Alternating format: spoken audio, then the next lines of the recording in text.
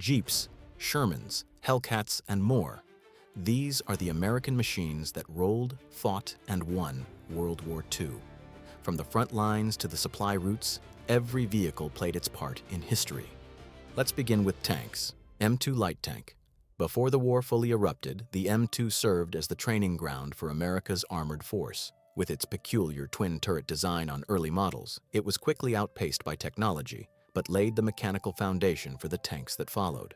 M3 Stuart, known affectionately as Honey by British crews, the M3 Stuart was the first American tank to see combat in North Africa. While its 37mm gun was light, its exceptional speed and mechanical reliability made it a legendary scout. M5 Stuart, an evolution of the M3. The M5 Stuart featured a sloping hull and twin Cadillac engines. It was quieter, cooler running, and provided the Allies with a fast reconnaissance platform right until the end of the war. M22 Locust, designed to fall from the sky. The M22 Locust was small enough to fit inside a heavy glider. Though its combat service was limited, it represented a bold experiment in providing airborne troops with their own armor support. M3 Lee, a strange stopgap measure.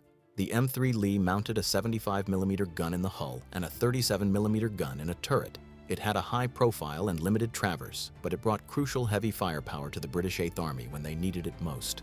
M4 Sherman, the icon of American industrial might. The Sherman wasn't the biggest tank on the field, but it was reliable, easily repaired, and produced in overwhelming numbers, serving as the backbone of the Allied armored spearhead. Now let's look at tank destroyers. M3 GMC, one of the earliest attempts to mobilize anti-tank fire. This was essentially a 75mm gun dropped onto a half-track. It was a makeshift solution that managed to punch holes in enemy armor during the Philippines and North African campaigns. M6 GMC, nicknamed Fargo. This was a light truck carrying a 37mm anti-tank gun. While nimble, it lacked protection and punch, quickly relegating it to training or infantry support roles as German armor grew thicker. M10, the Wolverine. Built on a Sherman chassis with an open-top turret, the M10 relied on angular armor and a 3-inch gun to hunt panzers. It was the most widely used American tank destroyer of the conflict. M18, the Hellcat, was built for one thing: speed. Hitting 50 miles per hour, it was the fastest tracked vehicle of the war, using hit-and-run tactics to outmaneuver heavy German tanks. M36, when the Allies encountered heavy Tigers and Panthers, they called for the Jackson. Armed with a massive 90mm gun, the M36 was the only American vehicle that could reliably knock out heavy German Cats from long range. Let's move on to self-propelled artillery. M7 Priest, named for the pulpit-like machine gun ring on its superstructure. The Priest mounted a 105mm howitzer on a tank chassis, allowing artillery to keep pace with the rapidly advancing armored divisions. M8 HMC, the Scot. By placing a 75mm pack howitzer on a light Stuart chassis, the M8 provided close-range, indirect fire support, blasting bunkers and machine gun nests to clear the way for infantry. M12 GMC, nicknamed King Kong for its sheer power, the M12 mounted a 155mm gun on an older tank chassis. It was designed for long-range destruction and famously used to crack the Siegfried Line bunkers. M40 GMC, arriving late in the war, the M40 was the successor to the M12. It paired the devastating Long Tom 155mm gun with the wider, more stable chassis of the latest Sherman variants, creating a potent mobile artillery piece. M43 HMC, the big brother to the M40. This variant swapped the 155mm gun for a massive 8-inch howitzer. It produced incredible destructive power, leveling fortifications with ease during the final push into Germany. M4 105mm assault gun. This wasn't a tank destroyer, but a bunker buster. By fitting a 105mm howitzer directly into a standard Sherman turret, commanders gave tank platoons their own high-explosive sledgehammer for demolition work. Moving on to armored and scout cars. M3 Scout Car, the White Scout Car, was the wheeled chariot of early war commanders, including General Patton.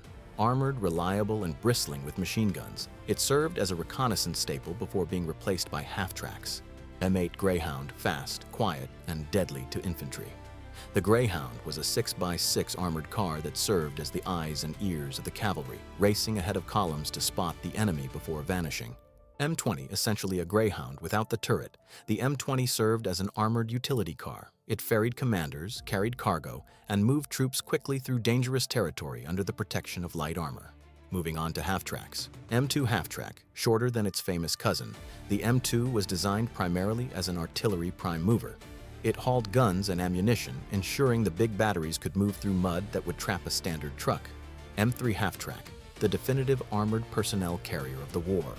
With tracks in the back and wheels in the front, the M3 carried squads of armored infantry into the heart of battle, protecting them from shrapnel and small arms. M5 Halftrack, visually nearly identical to the M3, the M5 was produced by International Harvester mostly for Lend-Lease. It featured a different engine and slightly rolled armor fenders, serving faithfully with British, Canadian, and Soviet forces. M9 Halftrack. Similar to the M5, the M9 was International Harvester's version of the utility Halftrack. It was widely exported to Allied nations, proving that American industrial capacity could supply the entire free world. Moving on to amphibious vehicles. M29 Weasel, originally designed for a covert mission into snowy Norway, the Weasel was a fully tracked amphibious cargo carrier. It could traverse deep mud, snow, and swamps that no other vehicle could touch. LVT-1, the Alligator. The first of the landing vehicle tracked series, it used paddle-like tracks to swim through water and crawl up beaches. It was the crucial key to unlocking the Pacific Island hopping campaign. LVT-2, the Water Buffalo. Improving on the Alligator, the LVT-2 featured a better suspension for hard ground. It became the workhorse of the Marines, ferrying supplies from ship to shore under heavy fire. LVT-4, a massive improvement in amphibious design, the LVT-4 moved the engine forward to add a large rear ramp. This allowed troops and jeeps to exit directly onto the beach under cover, rather than scrambling over the tall sides. LVT-A1, an Amtrak with teeth. This variant mounted a 37mm turret from a light tank, effectively turning the landing craft into an amphibious tank hunter to support the first wave of Marines. LVT-A4, recognizing the need for bigger booms, the LVT-A4 swapped the small anti-tank gun for a 75mm howitzer turret. It acted as floating artillery, blasting beach defenses at point-blank range. DUKW, pronounced duck. This was a masterpiece of logistics. A six-wheel drive truck encased in a boat hull, it could ferry supplies from a transport ship directly to a depot miles inland without ever stopping to unload. Let's move on to trucks and prime movers. Willys MB, Ford GPW, the Jeep. General Eisenhower listed it as one of the three tools that won the war. Small, rugged, and capable of going absolutely anywhere, it became the universal symbol of American liberation. Dodge WC, the Beep, or Big Jeep. The Dodge WC series were rugged 3/4-ton trucks that served as weapons carriers, ambulances, and command cars. If a Jeep was too small, the Dodge was the answer. Chevrolet G506, the 1.5-ton Chevy. Often overshadowed by larger trucks, the G506 was a critical logistical link, hauling troops and towing artillery in every theater of the war, including the freezing Eastern Front via Lend-Lease. GMC CCKW, the Deuce and a Half, the backbone of the Red Ball Express. Over 500,000 of these trucks were built, creating the endless river of supplies that fueled the Allied race across Europe. M4 high-speed tractor. When artillery became too heavy for trucks, the M4 high-speed tractor took over. A fully tracked prime mover, it dragged heavy anti-aircraft and field guns through the worst terrain imaginable. Diamond T980-981, the heavyweight champion of recovery. This massive 12-ton truck was designed to haul tank transporter trailers, moving damaged or operational armor to where it was needed most without wearing out the tank's tracks. Now let's look at engineering and recovery. M32 TRV, the tank recovery vehicle. Essentially a Sherman tank with a fixed turret and a massive crane, the M32 braved the front lines to winch damaged tanks out of the mud and tow them back to safety. M1 Heavy Wrecker, a beast of a truck equipped with a heavy-duty crane and winches. The M1 Wrecker was the mechanic's best friend, capable of lifting engines, righting overturned vehicles, and clearing the roads for the convoy. Finishing off with liaison and staff vehicles.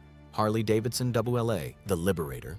Modified for military use with scabbards for submachine guns and blackout lights, these motorcycles carried couriers and MPs swiftly through the chaotic traffic of the war zones. Indian 741.